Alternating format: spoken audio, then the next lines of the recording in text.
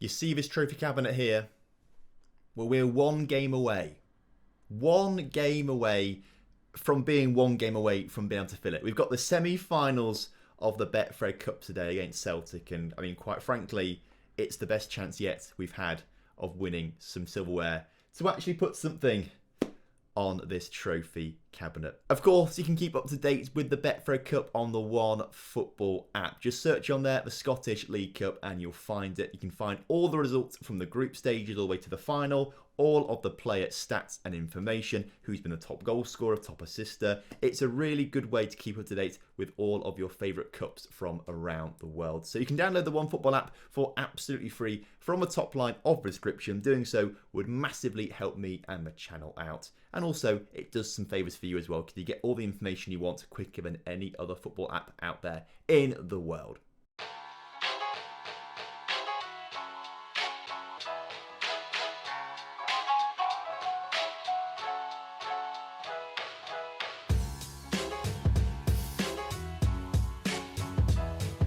Hello and welcome back to On The Rocks. I hope you're all doing well today and looking forward to today's episode where things are getting serious. We've got a cup semi-final against Celtic in the Betfred Cup, and we also take on APOEL in the Europa League Group Stage, which is a lot closer than you might have thought it was going to be when we spoke last episode. Thinking of last episode, since you guys were here for the 1-0 loss to Dynamo Kiev and the 2-0 win against Hamilton, since then it's been pretty good, I must say. A 1-0 win against Motherwell with Canberra getting the goal was lucky for us to get the 3 points in that game. We followed up nicely with a 2-0 win in the New Firm derby away from home to Dundee. We then pulled off a surprise result, I'd say, a 0-0 draw with Arsenal at home. You can see that on the formation list. We played a 5 at the back system instead, and it worked pretty well. So I'm tempted to use that today against Celtic, but more on that when we actually get through to the Celtic game. Then we had a pretty decent October, right? We had a 2-1 win against St Mirren, which was pretty decent, before losing 2-1 to Celtic in the league. But, now this is a big one. We beat APOEL from Cyprus in the Europa League Group Stage 4-3. We got very lucky in this game. We had to rely on an own goal and a Lewis Ferguson penalty to help us get the 3 points. They scored in the 95th minute, which was very scary as well, but we got the 3 points there, which was magical. Unfortunately, though, we couldn't follow it up with a win against Hibs as we draw 1-1 there, but we did manage to beat St Johnstone 2-0 with Harry Storm picking up a brace in that game. So Harry Storm's played 2 games for us this season, and in those 2 games, he got 5 goals. He got his hat-trick in the Cup as well. So 1 game in the league, 2 goals. 1 game in the Cup, he got a hat-trick. Harry Storm, the young regen, is looking fantastic. But today we're not focusing on the league. We're going to focus on the Betfred Cup Semi Final and the Europa League as well. So we'll briefly take a quick look at the Scottish Premiership so you can see where we're sitting right now. We're currently 3rd in the table, level on points with Rangers, who have got 24 points. They've been in some great form recently. Celtic far and away at the top. They are a good 7 points clear of us and Rangers. So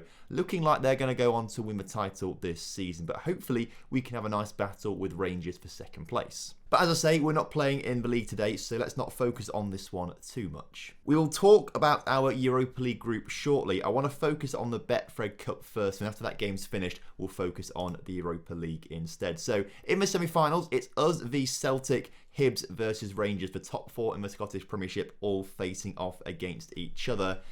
And we are away from home at Celtic, but I think we've got a chance. Now, we could play our usual 4-4-2 formation, and it does work well, but we played it recently against Celtic away from home, at home, sorry, I should say, not even away from home, at home, and we lost 2-1. It was an unlucky game, to be fair. They scored a penalty and scored one late on after we thought we got ourselves a draw. PK scored in the 90th minute, only for Ryan Christie to score a few moments later, which was frustrating.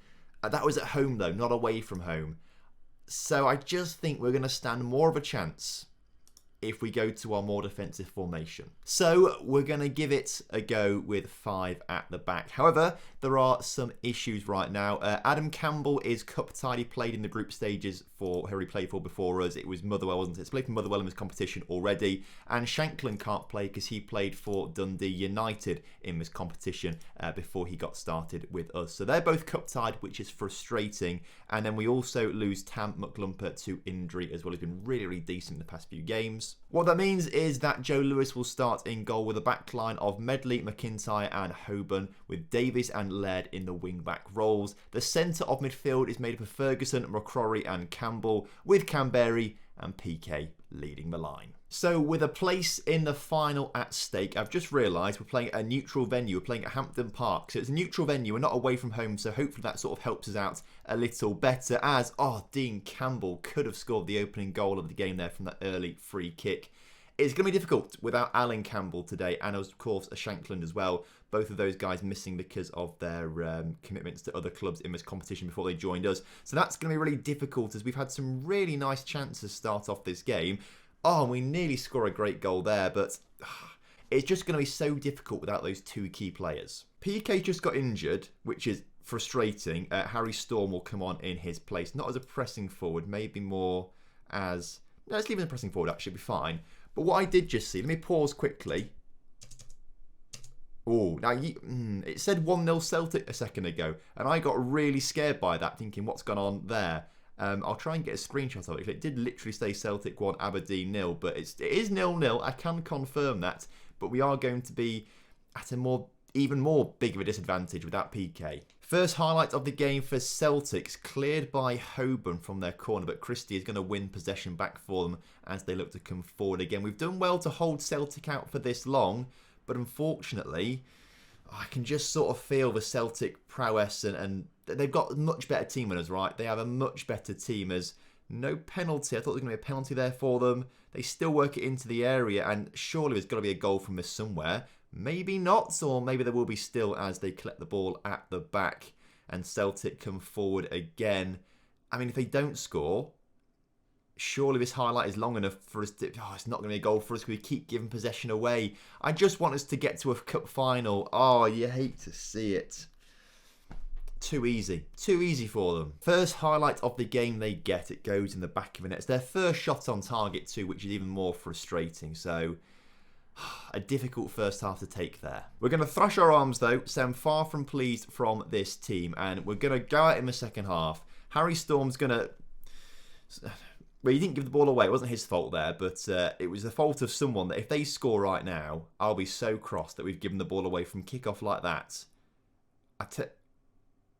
Well done, Lewis. Leif Davies on the ball for us then at the start of this second half. Gets it out wide. Can he put a cross in the middle? Gets it to Canberry. Canberry, Harry Storm. Ferguson puts it wide. If only that was on target. That was in the back of the net. That was a golden opportunity for us at the start of this second half. And just look at the shots. We had 9 shots of their 6 shots.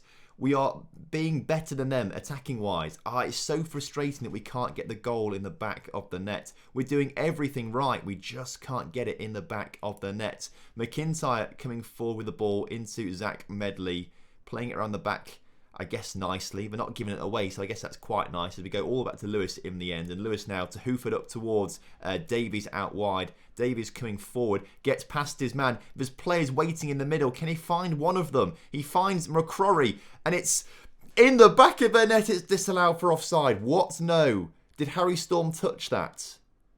I don't think Harry Storm touched it. Why has this been... okay, no. Well, actually... I think that's the wrong offside. So Davies comes down the wing right. He puts the ball in the middle, and then McCrory heads it. At that point, Ferguson is offside, which is fine. I can accept that. However, McCrory's header, it hits several of the players first, right? So Harry Storm goes for it, but the defender touches it. The defender gets it, then it touches Harry Storm, but he's on an onside position, the defenders touch it anyway, bounces to... I have no idea why that's been given as offside. I feel so cheated. And if Celtic score now, I'll be even more... We've been done out of this game. I can't believe it. It should be 1-1. It genuinely should be 1-1. Because this happens like a minute after that chance there. They've obviously gone up the other end of the pitch and won a corner, scored from a corner. Like, that should not have happened. We've got to go for it now, haven't we? Let's go to the usual 4-4-2, right? Get Gordon on the wing then for McIntyre. No, Zach Medley. We'll bring him off and then we'll swap him and McIntyre over. The rest of the team, McCrory will swap with Campbell. Let's get Campbell off for Brooks Lennon. I can't believe this. I feel like we've been unfairly cheated out of this as it stands right now. Oh, the chance of a cup final was so close. And I like how as soon as we changed formation, Celtic are absolutely dominant. The formation we're playing was working really well, and we've had to try and go a bit more attacking. And okay, well, maybe I can accept that one. That would not result in us winning the game, right? If our goal had stood, that would still be 2-1 to Celtic. So, I mean, I can't be too upset about that, can I? But I guess our game plan would have been changed, and I can't believe how much we've been done over here. I mean, maybe you guys in the comment section will tell me that it was, justly offside. And I'm kind of hoping you are, so that I don't feel quite so bad about losing this game. Because I feel very unfairly we've been done out of this. I can't believe it. I'm just sad.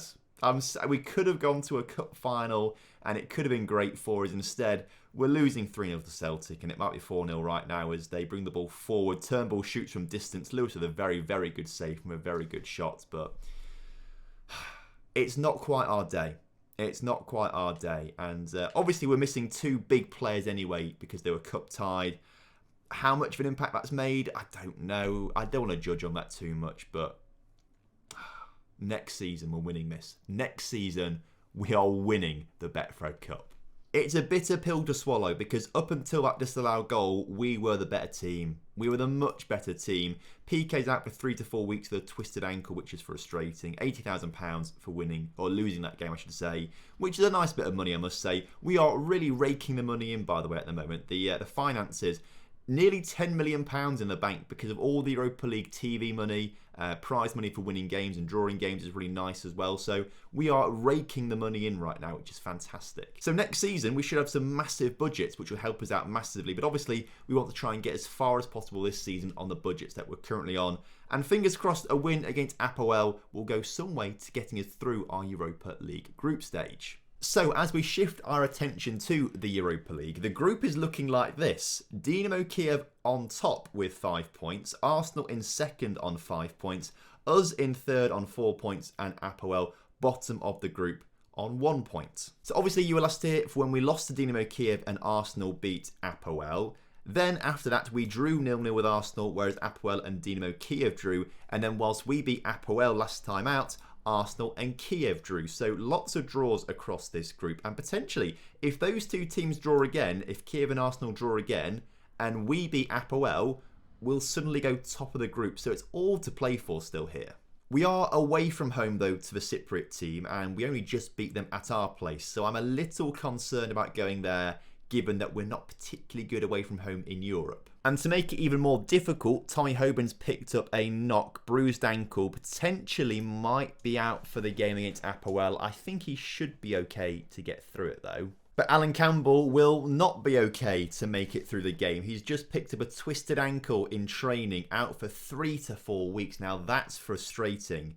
But what it does mean is that Ross McCrory is going to get a good run of games in the centre of midfield, and he's been gagging for it. And at the same time, Considine wants to leave the club. He wants to have a new challenge elsewhere.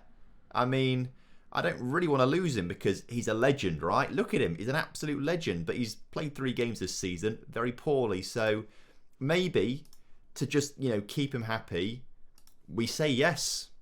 Maybe we say yes to him. Although he's now told me he doesn't want to talk about his concerns, so we never know what's going to happen with him. So heading into the game, we're going to go back to the 4-4-2, and we're going to trust Hoban to not get much of a bruised ankle or not make his bruised ankle any worse in this game. He should be fine to play, I would imagine. So he's joining McIntyre, Davies and Laird in the back line. McCrory and Ferguson link up in the centre of the park. Lennon and Gordon, they're back out on the wings, with Shankland back in his prime position up front alongside Canberry. But as kickoff is upon us, this game has huge implications for our Europa League group. Win it, and like we said earlier, potentially we could go top of our group. Winning it pretty much guarantees us a top 3 position in our group as well. You love to see it. Lawrence Shankland getting an early goal for us there. Fantastic work from him to put us 1-0 up inside of 19 seconds, I think it was. But yeah, if we do win this game, it leaves APOEL just on a single point. We'll be on 7 points. That should guarantee us a top 3 position in our group, which will give us some form of European knockout football for the second half of the season. Europa League maybe, Europa Conference League maybe, we're not too sure, depends on how we perform against Arsenal and Dynamo Kiev in the second games as well. But winning this one is hugely important for us wanting to carry on our European journeys into knockout football. And Canberra, nearly gives us a second goal. Let's keep an eye out for the Dynamo Kiev and Arsenal results. I can't see it on this screen yet. Where are the Arsenal Dynamo Kiev? I can't see it. But Arsenal are 1-0 up or something like that because they've just gone top of the group. So Arsenal are currently winning that game, which I guess is good for us because it puts us a good few points clear of Dynamo Kiev below us. And as long as we don't lose to them, then that's also pretty good for us as well. So I still don't think we're going to finish top 2 on the grounds that we'll probably lose to Arsenal and Kiev in the second fixtures, I would imagine. But Shankland doing everything he can to get us at least third position in the group. 25 minutes on the clock and another chance for us to not come forward because we've given the ball away straight away. APOEL, who have had a poor start to the game, will want to get back into this one. They're a decent team and played really well in the away fixture when they came to Scotland to play against us. But right now, we are schooling them in a very unusual away appearance for us in European football. We're not very good away from home in Europe. That's what I'm trying to say. We really haven't been very good at all this season. We lost to, who was it? SK Rapid Wien, didn't we? We lost to them. We drew with that team from Moldova, Sheriff, although we did manage to come back from 2-0 down, which was quite good, but obviously we're 2-0 down in the first place. We lost to Kiev, which wasn't great.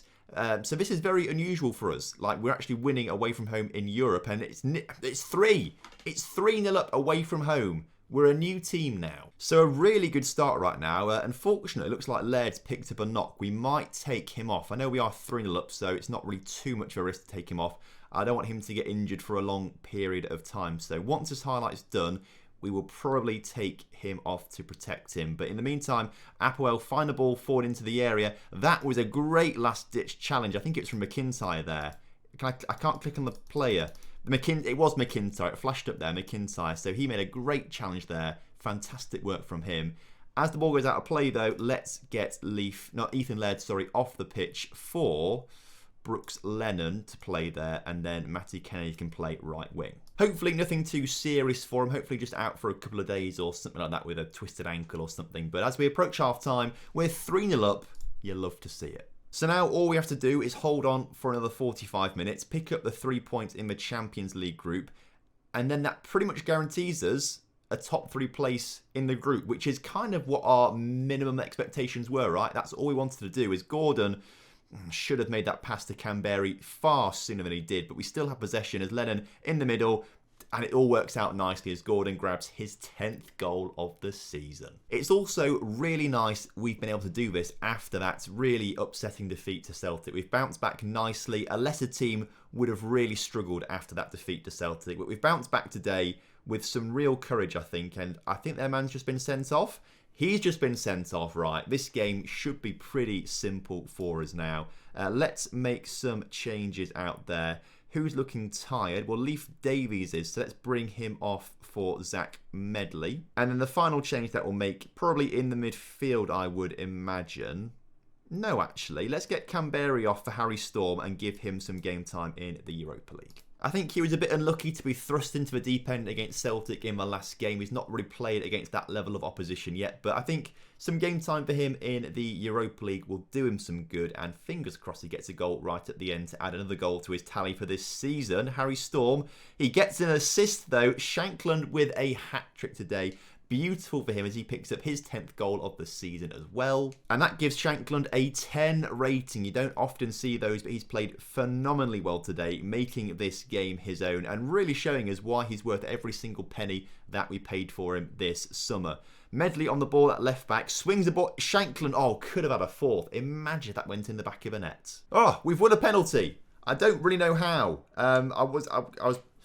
I was messing around with this pen, and I kind of missed. I think it was a free kick got put into the middle. Someone got pushed over, and before we can even see who's taking the penalty, Anthony Gordon has scored to get his hat-trick today as well. A double hat-trick for, not a double hat-trick, a hat-trick for 2 players. We've got, you know what I'm trying to say basically, don't you? But a great penalty there for Gordon.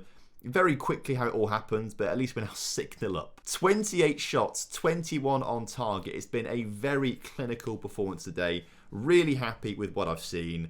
And that's a great way to bounce back from a really disappointing defeat to Celtic. So how did Arsenal get on? Well, they beat Kiev. What was the scoreline though? 2-0 to Arsenal, as you can see there, with Nketiah and Smith Rowe on the score sheet. So they go top of the group and we go second, 2 points clear of Kiev. And like I said, we're 6 points clear of APOEL now. They've got to play Kiev and Arsenal themselves. They're not winning those games. I think this pretty much guarantees us some form of European football in the knockout stages. And to add to that, a nice £500,000 for winning that game too. Right, next episode then, we'll go through to the final Europa League Group Stage game against Arsenal, and then we'll also play the new firm derby against bottom of the table Dundee United. So thank you ever so much for watching today's episode. Hope you guys have enjoyed it. And of course, if you have done, make sure you do drop a like on the video for me. Subscribe to the channel if you're new around here, and I will see you next time. Have a good one. Goodbye.